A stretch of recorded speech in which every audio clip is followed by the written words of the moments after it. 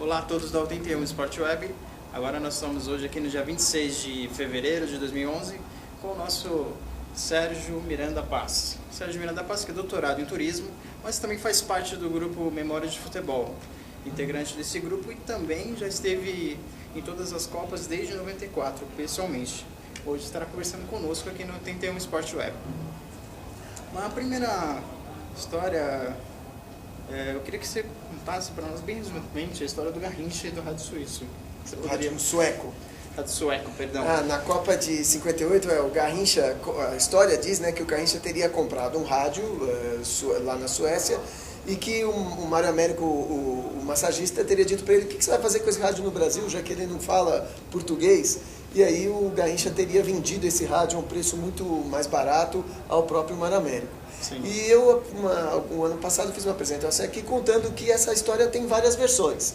Essa é mais ou menos a versão do Mário Américo, a do Mário Trigo, o dentista da delegação, era muito parecida. O Sandro Moreira, que era um jornalista botafoguense, muito fã do Garrincha, já conta uma história diferente. Conta que o Garrincha é que passou a perna num companheiro de clube do Botafogo. Uma história, a história já ficou invertida. E realmente a história que me parece mais verdadeira é contada pelo Rui Castro, o biógrafo do Garrincha, né, escreveu uma biografia do Garrincha, que diz que o Garrincha não iria ser tão ingênuo assim, porque o Botafogo já tinha feito várias excursões à Europa antes, ou pelo menos duas, e o Garrincha costumava trazer rádios para os seus amigos na cidade dele, ou que até ouviam os jogos do Botafogo. Então que essa não seria uma história 100% verídica, porque o Garrincha sabia muito bem o que ele estava comprando. Enfim, são versões do mesmo... Então, ela entra com uma história verídica, mas com várias versões. E que se tornou uma certa lenda, que hoje é recontada, e até de uma forma jocosa, tentando mostrar uma possível ingenuidade do Garrincha, que na verdade não é muito verossímil, assim. Não é muito, e mais vale também a história do próprio Garrincha, né? Claro. Pois é, claro, o que ele fez nos campos, isso ninguém esquece. Sim. Relacionado, você que teve na Copa de 94, 98, 2002, 2006, né? E também 2010, né? Na África do Sul. Isso. A questão de estrutura que você viu, né? Qual foi o país que você viu uma melhor estrutura de Copa, organização, planejamento, desenvolvimento, infraestrutura, né? E também, emendando, só essa pergunta, no Brasil, tudo bem, a gente ainda não chegamos em 2014, né? Então, 2011, ainda há 3 anos. Você acha que vão chegar pelo menos no nível... É uma preocupação que procede. A Copa de 94 marcou porque foi organizada pelos Estados Unidos, um país que não tinha tradição no futebol, mas que se preocupou em organizar um evento correto, sem falhas. E surpreendentemente foi a Copa que teve a maior quantidade de público, mas era público a maior parte dos latino-americanos que moram nos Estados Unidos. Foi uma Copa de organização bastante boa, embora a gente não tivesse visto o povo americano participando dela, né? Foram algumas comunidades ali que se envolveram. A Copa da França foi também, né, país de primeiro mundo, também teve alguns problemas de ingresso principalmente, mas em termos de organização do país também foi uma Copa bastante correta. A do Japão e da Coreia foi talvez a mais perfeita em termos de organização. O Japão é um país super organizado, né, e tudo saiu redondinho. Na Alemanha, os alemães se preocuparam com detalhes como até sorrir, aprender a sorrir. Dizem que os alemães foram ensinados a sorrir, porque o alemão também é considerado muito fechado, exatamente. Mas foi muito caloroso para nós que fomos lá como recepcionados por eles. Foi muito agradável a convivência com os alemães. E esta da África do Sul, que a gente foi com o pé atrás, achando que podia acontecer os maiores desastres, realmente talvez tenha sido a que teve mais falhas comparada com as anteriores, mas mesmo assim foi muito acima das expectativas. A gente ficou bastante satisfeito com o que viu na África do Sul. E, como eu disse, é uma preocupação com o Brasil. A gente está vendo que os estádios estão num passo muito lento, os aeroportos, todo mundo afirma que são o nosso calcanhar de Aquiles, que estão muito deficientes. A gente está com bastante medo, né? Todo mundo está falando medo, Pelé manifestou seu medo. Sem ainda a definição, né, do primeiro estágio, Onde vai ser a abertura, não se sabe ainda onde vai ser a abertura, Fielzão, não se sabe se Natal vai conseguir ter um estádio para a Copa, há muitas indefinições e isso realmente nos preocupa. Eu acho que há uma certa exigência um pouco exagerada por parte da FIFA. Ela, claro, como promotora do evento, ela quer se cercar de todas as seguranças e quer que todos façam, que o país sede invista e faça o melhor possível. Às vezes acho que isso é um pouco exagerado, né? Às vezes a gente, para fazer uma festa, não precisa fazer uma super... Talvez um churrasquinho na laje. Fácil, né? E eu acho que o Brasil conta com essa simpatia por parte dos demais países. Acho que eles querem vir ver a nossa cultura, a nossa realidade. E às vezes essa excessiva preocupação de organização possa até deturpar um pouco, né? Maquiar um pouco como é o nosso jeito de ser. Mas a gente também não pode avacalhar e pôr em risco a segurança dos nossos visitantes, né? Pôr em risco a própria organização do torneio. Então acho que a gente tem que ter um nível mínimo de organização. E isso preocupa, sem dúvida. Tanto que na Copa da África do Sul, né, foi até um bom exemplo para o Brasil, né? Não como uma questão de algo negativo, e sim algo diferenciado, né? É verdade. Copa da África, eles conseguiram mostrar um pouco... que tinha a questão do apartheid, e de repente eles conseguiram totalmente mudar essa questão. Mas mostrando a cultura deles, aspectos culturais deles, isso a gente conseguiu ver. Eles conseguiram pôr a vuvuzela dentro dos estádios, e acho que isso foi bastante proveitoso, louvável, e que a gente vai... O Brasil pode utilizar também, né? Isso mesmo. Tem uma outra questão, Sérgio, agora já do questão de você estar na Copa, né, e ver as finais. Você acha que viu pessoalmente a final de 94, né, a final de 2002? Isso mesmo, né? Tive essa sorte. E sorte mesmo, detalhe, porque o Brasil foi campeão nas duas. Exatamente. Né? Você via dentro da torcida, vendo pessoalmente, você via qual mais chance do Brasil de ser campeão? A de 2002, naquela festa, né, do Zagallo, que era o técnico daquele time diferenciado, o Ronaldo, né? Se recuperando, né? Na verdade, ele queria mostrar um... Filipão, técnico. Desculpa, era o Felipão. Ele queria retornar, o Ronaldo queria retornar, tirar aquela coisa negativa que ficou de 98 e de 94, não, era um Parreira, meio retranqueira, totalmente diferente. Naquele momento, vivência, qual que você viu? Não, o Brasil vai ser campeão. Em 2002 havia uma esperança maior, porque o time me parecia melhor mesmo que o da Alemanha, mas sempre a gente fica com medo.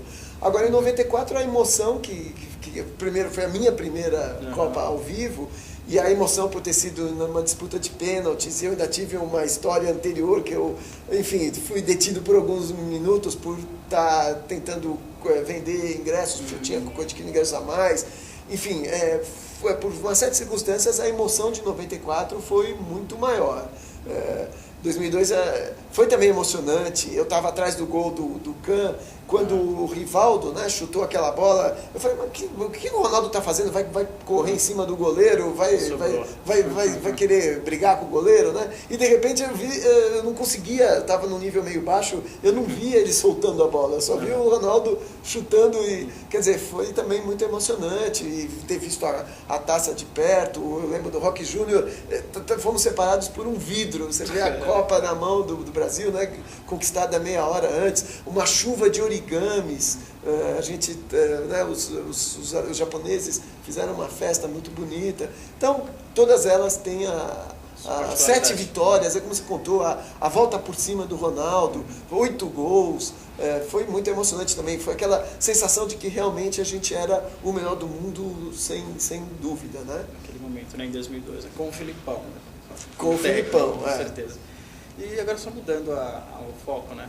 Você também, como você é doutorado em turismo, né? Só para a gente buscar essa informação. O Brasil ele teve o Ministério do Esporte junto com o Ministério do Turismo. Isso em 98 até 2003, né? Depois ele ficou independente. Né? Você acha que isso para a Copa, na verdade, como eles são independentes, só que vão ter que trabalhar junto, até porque a Copa não é só numa cidade, não é só num estado. Você acha que o planejamento de turismo e o esporte, né, o planejamento da Copa, tranquilo, as duas andam juntos, alinhados? Eu confesso que não sabia quando houve essa cisão, essa separação, mas eu vejo com bons olhos, porque realmente é um esforço grande e é claro que o Ministério dos Esportes deve se preocupar com a organização do evento, mas o Ministério do Turismo deve fazer uma atuação importante, porque espera-se, presume-se que a gente vai ter uma grande afluência de turistas no nosso país, né? Sem contar o turismo interno. Então, a gente tem visto isso cada vez maior, essa preocupação com o turismo nessas Copas em que eu estive, né? A gente percebe que o anfitrião se preocupa muito com esse aspecto, até para oferir lucros financeiros. A África do Sul, coitada, ela teve um problema grave porque a crise mundial afugentou muitos turistas. Eles esperavam uma quantidade muito maior de turistas que realmente apareceram. A gente soube de hotéis que se prepararam para receber turistas estrangeiros, fizeram investimentos, alguns pesados, e não tiveram retorno porque os turistas simplesmente não apareceram. E isso é um risco que a gente corre. A expectativa no Brasil é grande, é boa, a gente espera que virão muitos, até porque muitos não foram à África, então espera-se que muitos venham ao Brasil, apesar da distância, né? Pensando na Europa como emissor, né? Principal emissor de turistas, mas a gente também tem que estar preparado para algum problema que aconteça e isso não se realiza. Mas, de qualquer forma, a expectativa é a menor possível, né? E já sei que muita gente está aí se preparando, acho que já deviam ter começado até antes. Nós temos um problema que a África do Sul não tinha, que é o problema do idioma. O Brasil tem essa deficiência, ainda não temos falantes em inglês numa quantidade suficiente, necessária para atender a esse possível afluxo, né? Sim. E além disso teve gente falando espanhol, falando chinês, quer dizer, é uma preocupação, essa preocupação com os aeroportos, como eu já falei, sim, até hotéis. E eu acho que o Ministério tem que atuar nisso e está atuando, eu sei que está se mobilizando. Gente, parece que 2014 está longe, mas não falta muito. 3 anos. A coisa passa rápido. É rápido, né? Principalmente para o planejamento e para o desenvolvimento, né? É verdade. A coisa não é de uma hora para outra que a coisa flui. Com certeza. Só para concluir então, a nossa entrevista aqui pela 31 Sport Web, você foi voluntário também do PAN. É verdade. Né? Trabalhou lá nas Olimpíadas e tal. Também você já está inscrito, inclusive, né, para a próxima, né, para as Olimpíadas. Não é que foi aberta oficialmente a inscrição das Olimpíadas, mas eu já manifestei. Praticamente. Eu conheci lá a coordenadora dos voluntários, que me parece que vai ser a mesma, e eu já manifestei meu interesse em ser também voluntário para a Olimpíada do Rio, sim. Sim. E dentro dessa experiência que você tem, né, de ter sido voluntário lá no PAN, para a Copa você vê também essa mesma voluntariedade, esse trabalho, né? Olha, eu achei que no Rio foi